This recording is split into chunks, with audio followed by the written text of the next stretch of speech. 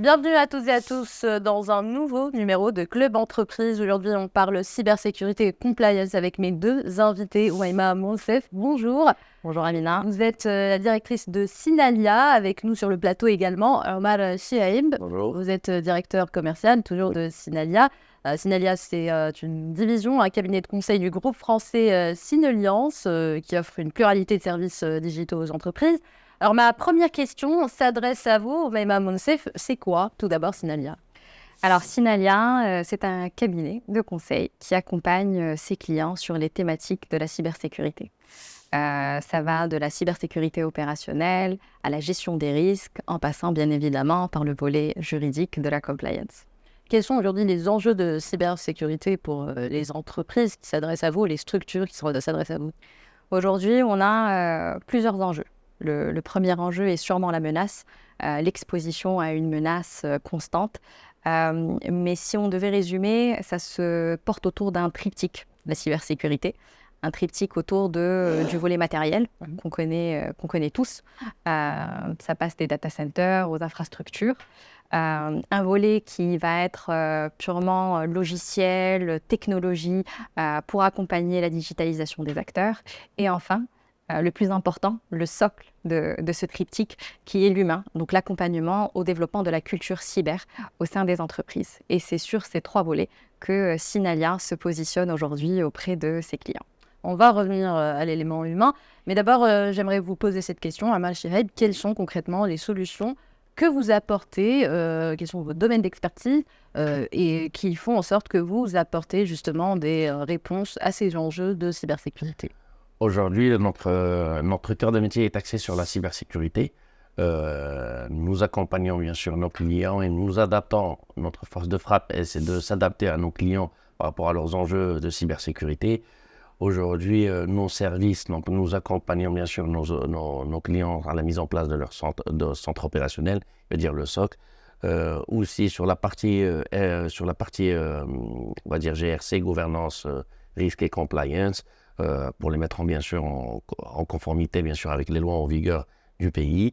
Ou aussi on fait tout ce qui est audit de sécurité, ça va de l'audit infrastructure jusqu'à l'audit de leur système d'information pour faire une détection des vulnérabilités qu'ils ont et pour mieux sécuriser bien sûr leur système. Donc aujourd'hui, notre force de frappe, c'est de s'adapter bien sûr à tous les clients de tout type de taille, que ce soit petite, moyenne ou grande. Et on sait s'adapter, bien sûr, par rapport à ces volets-là. Donc, cet accompagnement sur mesure, c'est ce qui vous différencie des autres acteurs. Exactement. Comme je vous l'ai dit, nous accompagnons bien sûr tous les clients de bout en bout. Nous essayons de se mettre dans la peau du client pour essayer de comprendre un peu leur enjeu. Donc, ça va, comme je vous ai dit tout à l'heure, ça va de la personne à l'accueil ou à la personne qui est bien sûr dans la chaîne on va dire, de l'exploitation. Ça va du personnel technique. On essaie de sensibiliser un peu de plus en plus, bien sûr, les entreprises sur les enjeux de la cybersécurité et pour mieux comprendre, bien sûr, un peu leurs besoins. Et en comprenant leurs besoins, c'est de là où on propose, bien sûr, des solutions adaptées réellement à leurs besoins sans pour autant qu'on soit un peu surdimensionné par rapport, bien sûr, aux réponses techniques que nous faisons. Et on en parlait tout à l'heure, Oumaima Monsef, vous adoptez une approche proactive. Donc, il faut prévenir, sensibiliser. C'est un peu votre mode opératoire également chez Synalia. Effectivement, nous sommes allés du postulat de faire les choses différemment, d'être plutôt orientés sur notre client, comme expliquait mon collègue, comprendre son métier et à partir de là, proposer un accompagnement qui soit à la hauteur, qui soit dimensionné aussi par rapport aux moyens humains, moyens économiques, de la structure. Donc, on a développé vraiment une méthodologie qui va aller couvrir tous les spectres de tous les métiers. Donc, comprendre le métier de nos clients, de l'accueil jusqu'aux métiers les plus techniques, pour pouvoir effectivement adresser leurs besoins et proposer des technologies et des modes opératoires qui soient justes et équilibrés. Alors, dans une Afrique de plus en plus connectée, donc de plus en plus vulnérable, donc face aux cyberattaques, quelles sont les réponses que vous apportez, que vous envisagez d'apporter à l'échelle continentale? Pour ne pas vous cacher, le paysage de la cybersécurité en Afrique a beaucoup changé. Donc, avec l'essor, bien sûr, de la digitalisation et de la numérisation, bien sûr, des systèmes d'information. Donc aujourd'hui, moi je pense que l'Afrique et le Maroc ont besoin bien sûr d'un accompagnement sur la partie cybersécurité. Je vais vous dire, par rapport au Maroc, on est déjà quand même, on a un train d'avance bien sûr sur la partie cybersécurité, surtout avec la mise en place des régulateurs aujourd'hui des métiers de la cybersécurité, notamment la CNDP, la DGSSI, qui est la Direction Générale de la Sécurité des Systèmes d'Information, qui aujourd'hui, on va dire, c'est le gendarme de la cybersécurité au Maroc. Ils sont en train aujourd'hui de tout réglementer. Ils ont déjà commencé, ça a bien avancé par rapport bien sûr aux EIV, ça veut dire les organisations à importance vitale. Donc aujourd'hui, nous sommes déterminés que nous devons bien sûr accompagner l'Afrique sur la partie cybersécurité, accompagner les petites et moyennes grandes entreprises à se mettre bien sûr conformément bien sûr à la réglementation de chacun de leurs pays, en même temps sécuriser leur système d'information et sécuriser leurs infrastructures. Effectivement, une impulsion qui a été menée par les institutionnels et qui rend favorable finalement l'arrivée de nos activités sur le territoire africain et marocain, notamment au niveau effectivement des institutionnels comme la CNDP ou la DGCC qui vont mener une action de sensibilisation et d'orientation du citoyen. Donc on va aller vraiment sur le maillon humain jusqu'aux entreprises du type infrastructure d'importance vitale, les IIV, qui vont avoir un cadre qui est effectivement donné par la DGSSI pour les aider à sécuriser bien évidemment la donnée stratégique et la donnée sensible. C'est ces infrastructures vitales, c'est les hôpitaux, l'administration. Exactement. Toutes les d'ailleurs, la cible du cyberattaque, on l'a vu dans l'actualité. Exactement. Qui sont la cible, mais pas que. Aujourd'hui, la réalité de la cybermenace, et c'est ce qu'on essaye de véhiculer comme message auprès de notre écosystème, pas uniquement à nos clients, c'est que la cybermenace va des plus petites structures, qui sont des maillons faibles également, avec une sécurisation parfois qui n'est pas aussi solide par rapport à la qualité des attaques qui se développent, en sachant que ces attaques aujourd'hui s'adressent à l'humain avec notamment des ransomware, des envois par mail, du phishing et d'autres méthodes qui ont été développées.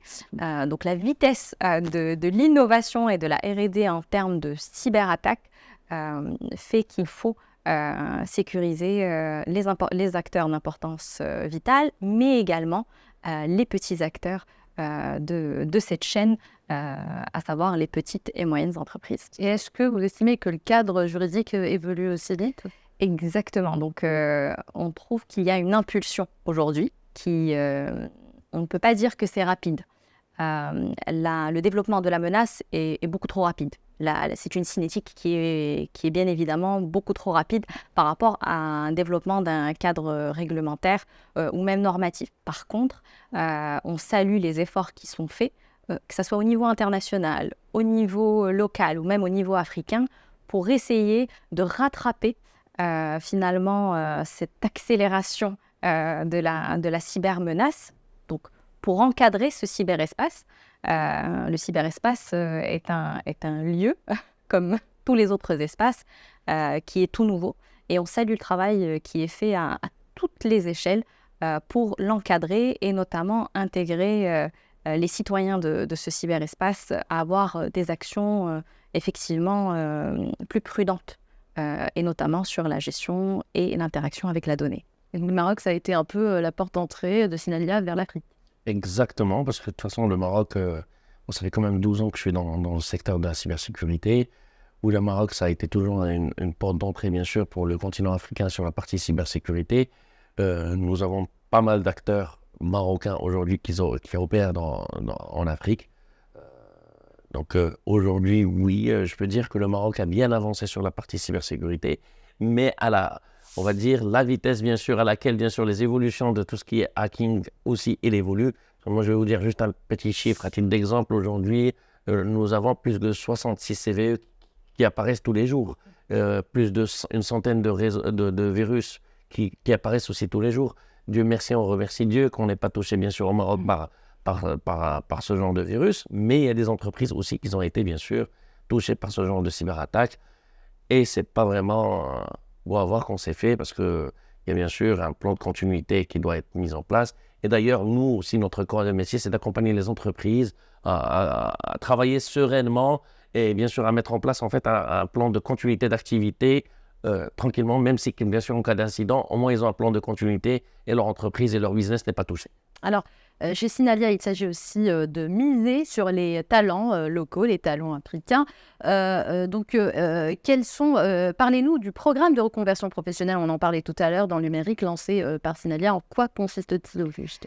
C'était une volonté de nos dirigeants, d'une part, de créer ce centre d'excellence cyber, mais qui est dédié à l'interne, à Sinalia et ses collaborateurs. Donc c'est un programme qui permet de prendre en compte le côté multithématique de la cybersécurité. Aujourd'hui, la cybersécurité, ce n'est pas uniquement technique. On a des volets réglementaires, on a des volets qui vont être de l'ordre de la chefferie de projet, du management, et qui impliquent qu'on aille sourcer des talents de différents milieux, de différents secteurs et de différentes expertises. À partir de là, le centre d'excellence permet en fait de créer un parcours adapté jusqu'à la compréhension des enjeux cyber. Donc on va avoir un juriste qui va pouvoir, après quelques mois au centre du centre d'excellence cyber, pouvoir adresser des thématiques cyber dans les contrats et dans les éléments de compliance. Et ça va bien évidemment du profil du juriste jusqu'au chef de projet, en passant par des acteurs ou des profils, pour être plus précise, des profils qui ont travaillé dans le secteur de la santé, dans le secteur bancaire ou dans le secteur de l'assurance. Ça, c'est le premier pilier du centre d'excellence cyber. Donc, c'est ce côté reconversion ou upgrader au côté multithématique de la cyber. Le deuxième enjeu, c'est de retenir les talents. Aujourd'hui, dans le secteur de la cybersécurité, on est sur une pénurie qui est réelle, mais on a une fuite des cerveaux. Donc, pour retenir ces talents, donc on a misé sur les talents marocains et africains. Donc, on a créé ces programmes pour permettre une formation en continu, un développement et bien évidemment une veille.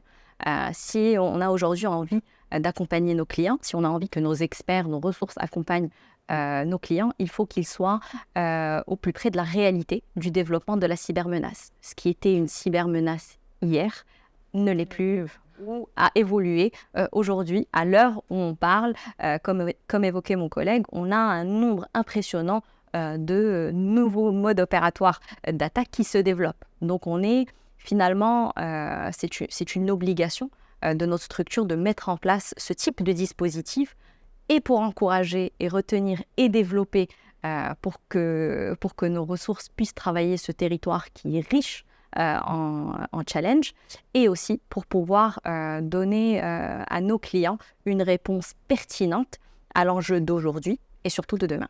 Et avant de finir, la place des femmes dans tout ça, parce que c'est toujours un métier, on a l'impression, exclusivement masculin. Voilà, on ne voit pas beaucoup de femmes. Exactement. Moi, je prends un peu la main. Oui, en étant au Maroc, oui, en fait, il y a 10 ans, 12 ans, on ne voyait pas beaucoup de femmes sur la partie cybersécurité. On voyait des femmes sur la partie IT, sur la partie développement, sur la partie, on va dire, MOA, MOE. Mais on en voyait de moins en moins à l'époque sur la partie cybersécurité. Mais aujourd'hui, nous sommes en train de voir de plus en plus, bien sûr, de femmes qui sont reconverties, bien sûr, à la cybersécurité et qui sont en train de faire du consulting. On a en fait des femmes qui font du pentest, des femmes qui sont sur la partie SOC en tant que SOC analyste. Il y a de plus en plus sur la partie PCI, DSS. On a beaucoup de femmes de plus en plus sur la partie cybersécurité. Et c'est franchement... c'est ça, on va dire. Un dernier mot, même à Mounse, souhaite encourager effectivement les femmes à ouvrir finalement leur chakra à ce secteur, à cette thématique. Nous, au niveau du Centre d'excellence cyber, on fait en sorte d'attirer au maximum des talents féminins, mais c'est aussi de démocratiser et d'expliquer la cybersécurité, ce n'est pas uniquement technique, c'est aussi un univers de communicants, c'est aussi un univers de juristes, un univers de techniques. Donc, il faut effectivement voir les choses de façon un peu plus large. Et à partir de là, j'espère que notre message sera véhiculé auprès des femmes pour avoir de plus en plus de talents féminins en cyber. Donc, c'est le mot et le message qu'on souhaite porter, notamment chez Sinalia, par notre voix et la voix de nos dirigeants, sur le développement de la place de la femme en cybersécurité. C'est en tout cas ce qu'on a essayé de faire aujourd'hui, expliquer vraiment de manière très simple ce qu'est la cybersécurité. J'espère qu'on a réussi. Merci en tout cas, Oumaima Monsef. Je rappelle que vous êtes la directrice de Synalia. Merci à vous aussi. Omar Chiraid, vous êtes directeur commercial, toujours chez Synalia. Quant à nous, on se dit à bientôt dans un nouvel épisode de Club Entreprise.